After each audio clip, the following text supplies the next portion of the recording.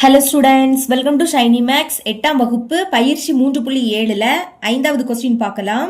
ஒரு செவ்வகத்தின் நீளமானது அதன் அகலத்தின் 1/3 ஆகும். அதாவது செவ்வகத்தின் நீளம் எப்படி இருக்குதுன்னா அதன் அகலத்தின் 1/3 இருக்கு. அப்ப எழுதிக்கிறேன் பாருங்க. ஃபர்ஸ்ட் இங்க செவ்வகத்தின் நீளம்னு கொடுத்துருக்காங்க. எழுதிக்கலாம் நீளம். நீளத்தை எல்லுன்னு எடுத்துக்கலாம். எல் = இது எப்படி இருக்குன்னா அகலத்தின் 1/3. ஃபர்ஸ்ட் அகலத்தை பி அப்படின்னு எடுத்துக்கலாம்.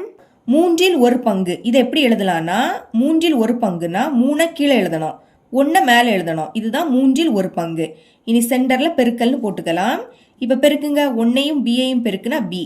1க்கு கூட எதை பெருக்குனாலும் அதே தான் கிடைக்கும். பைக்கு கீழே 3 இருக்கு, இந்த சைடு எல். இதை இப்ப சமன்பாடு 1 அப்படின்னு எடுத்துக்கலாம். அப்பிறகு அச்செவ்வகத்தின் சுற்றளவு 64 மீட்டர் எனில் செவ்வகத்தின் நீளம் மற்றும் அகலத்தை காண்க. இங்க செவ்வகத்தோட சுற்றளவு கொடுத்திருக்காங்க 64 மீட்டர்.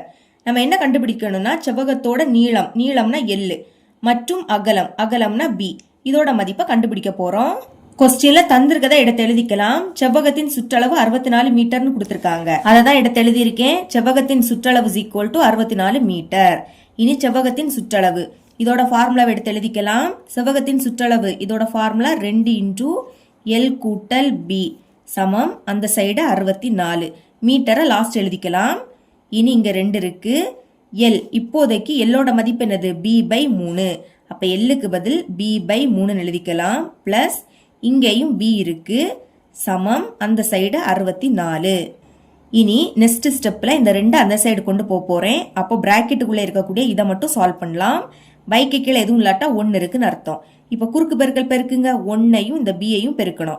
1க்கு கூட எதை பெருக்கினாலும் அதே தான் கிடைக்கும். அப்ப பி கூட்டல் இனி 3ஐயும் பியையும் பெருக்கலாம். பெருக்குனா 3b அப்படின்னு கிடைக்கும்.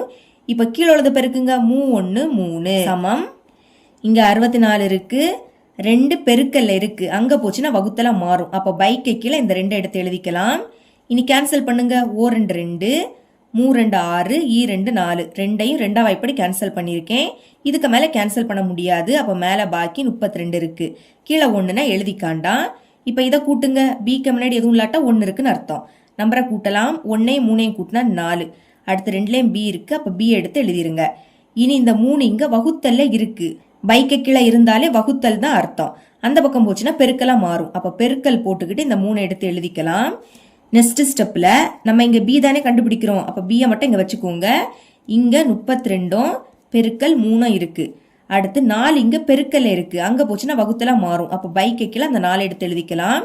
இனி 4 32 இது ரெண்டுமே 4ஆ வாய்ப்படி கேன்சல் ஆகும். 1 4 4, 8 4 32.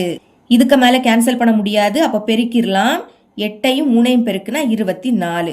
பைக்கு கீழே 1, அப்ப அதை எழுதிக்காண்டாம். இப்ப பியோட மதிப்பு என்ன கிடைக்குது 24. பியோட மதிப்பை சமன்பாடு 1ல பிரதியிட்டா எல்லோட மதிப்பு கிடைக்கும். அதான் எழுதியிருக்கேன். பியின் மதிப்பை சமன்பாடு 1ல் பிரதியிட. ஓகே, இப்ப சமன்பாடு 1 அப்படியே எடுத்து எழுதிக்கலாம். என்ன எழுதியிருக்கோம்னா L = B/3 பிரதியிடுங்க. பியோட மதிப்பு என்னது 24. அப்ப பிக்கு பதில் 24. பைக்கு கீழே 3 இருக்கு. இப்ப இது ரெண்டுமே 3ஆ வாய்ப்படி கேன்சல் ஆகும். 1 3 3, 8 3 24. இதுக்கு மேல கேன்சல் பண்ண முடியாது. அப்ப மேல பாக்கி 8 இருக்கு, கீழே 1ன்னு எழுதிக்காண்டாம். இதுதான் எல்லோட மதிப்பு. அப்ப கொஸ்டின்ல கேட்ட அகலமும் நீளமும் கண்டுபிடிச்சிட்டோம். ஆன்சர் எடுத்து எழுதிக்கலாம். தேர்ஃபோர் செவ்வகத்தின் நீளம்னா எல்லோட மதிப்பு என்னது 8. அடுத்து கொஸ்டின்ல நம்மளுக்கு சுற்றளவு மீட்டர்ல கொடுத்துருக்காங்க. அதனால ஆன்சர் எழுதும் போது மீட்டர்ல தான் எழுதிக்கணும். ஓகேங்களா? இனி அகலம்னா பியோட மதிப்பு என்ன கண்டுபிடிச்சிருக்கோம் 24 மீட்டர். இவ்வளவுதான் இந்த சம்.